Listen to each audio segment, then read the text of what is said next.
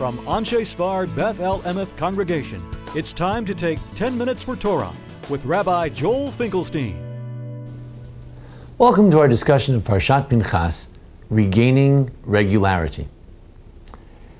If you look in Parashat Pinchas, we discover a strange juxtaposition, a strange formation structure within this parsha. Things seem to be moving forward. We're counting the Jews. We have a census for purposes of the army, for purposes of conquest. We're ready to move forward.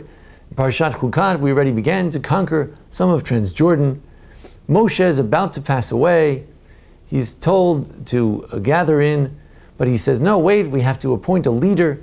Indeed, God gives him permission to appoint Yoshua in his stead, and it seems that we're ready to move forward to conquer the land of Israel. All of a sudden, we're interrupted by the laws of sacrifices. Sacrifices for the daily, on a daily basis, sacrifices for Shabbat and Rosh Chodesh, sacrifices for every single holiday. What is going on? What is this doing in the middle of Parashat Pinchas, in the middle of our rush toward the end of Moshe's life and the conquest of the land of Israel? The Ramban deals with this question, and he says that it's very simple. In the desert, as long as they were in the desert, they did not have the sacrifices. They did not have, he says, the nesachim. They were not able to bring all the various libations that are required with the wine on the altar as long as they were in the desert. Once they went to the land of Israel, all the libations mentioned here come into effect, except for the tamid. The daily offering, he says, actually they were able to offer in the desert. In the Ramban in Vayikra, however, actually says that they do all the musafim, all the special sacrifices for the designated holidays did not exist in the desert. They didn't bring them. And only here at the end of the Torah, in the end of Bamidbar, does the Torah tell us what the special offerings were for each of the holidays.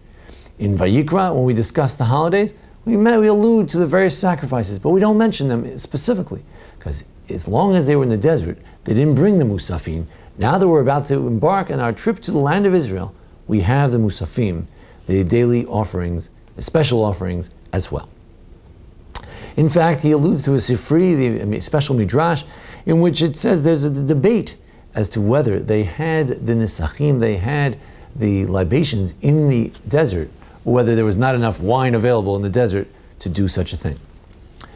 In fact, some raise a question from the Gemara in Menachos regarding this, the Ramban's position, because Rabbi Akiva there says, no, they did offer sacrifices in the desert. But we have a verse in Amos and another one in Jeremiah, which indicates that in the desert the Jews did not offer sacrifices. It says, "Hazvachim u'mincha igashtem li bamidbar b'ayim shana beit Yisrael." Did you offer me offerings and various offerings and meal offerings in the desert? Question mark, as if to say, no, you didn't offer sacrifices in the desert. Rashi says that as individuals, we're not commanded to bring sacrifices. We can bring sacrifices, but we mustn't necessarily do so. If you want to bring a sacrifice, you may. And in fact, in the desert, we did not offer the Paschal sacrifice for 40 years, only once. So in fact, there was a diminution of sacrifices in the desert. And in general, it's not obligatory. The Ibn Ezra says that he mentions the opinion in the Gemara in Chagiga that some people say that only the Levites offered sacrifice in the desert. The Israelites did not offer sacrifices in the desert. Only, he says, the first 50 days of the tabernacle in the desert, until they left on the 20th of Iyar, then they brought the daily sacrifices. After that, the sacrifices were interrupted by their travels. And the verse in Jeremiah where it says, "Ki lo dibarti et avodichem lo tivitim biyom hotzi etchem meretz Mitzrayim al divrei olav hazavach." I did not command you when you went out of Egypt about sacrifices. Rashi says there, well, the first thing God said was not about sacrifices. The first thing God said was that you should be a holy people. He didn't talk about sacrifices. It wasn't the very first charge of the Jewish people to bring sacrifices. It's not our essential charge. The Radak, the Malbim, they say it's not the essence of our life, is not the sacrifices, the worship, it's the Torah, the holiness, that's the essence, not the sacrifices. The Radak also says that individuals were not particularly commanded regarding sacrifices. It was not the individuals, it was rather the community that were commanded regarding sacrifices. The Rambam has his strange position, which Ramban attacks, that sacrifices were primarily there to help us leave our commitment to idolatry. The sacrifices were designed to wean us away from idolatry, and that fundamentally we were not particularly interested in sacrifices. And God was not so interested in sacrifices.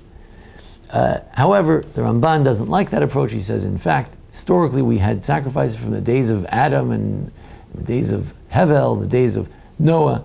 Sacrifices are always what we're meant to be, but they're not the essence. That's the key thing.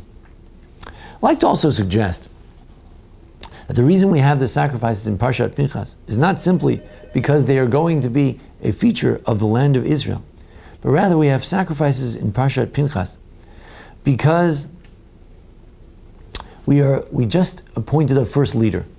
And as such, the leader of Israel, Joshua, is he who is responsible for the building of the temple, for the bringing of the sacrifices.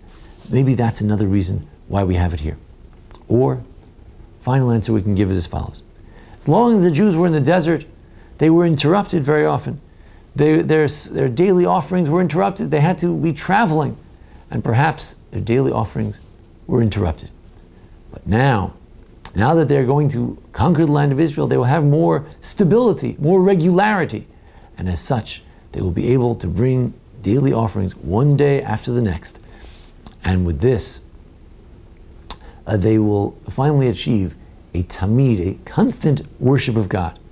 That constancy which we achieved in the desert was interrupted on Shivas Abur Tammuz. The rabbis say on the fast which we commemorate this week was the very day on which the daily offering was interrupted. For the first time in hundreds of years, the daily offering was interrupted.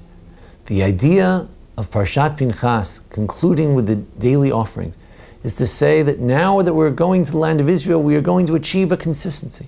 We're going to be Olat Tamid, we're going to bring it every day, every Shabbat, every Rosh Chodesh, every single holiday. We'll bring tons and tons of sacrifices. We'll have a tremendous worship of God.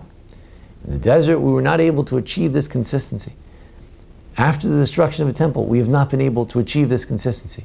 But our goal, our hope, and our dream is that one day we can rebuild the temple, and then and only then we'll be able to have that consistent worship of God, Olat Tamid, the daily offering. And in the meantime, to have our daily worship uninterrupted, Shacharit, Mincha, and Arvit, every day, 3 times a day, to remember that consistency which was mandated in our Parsha so long ago.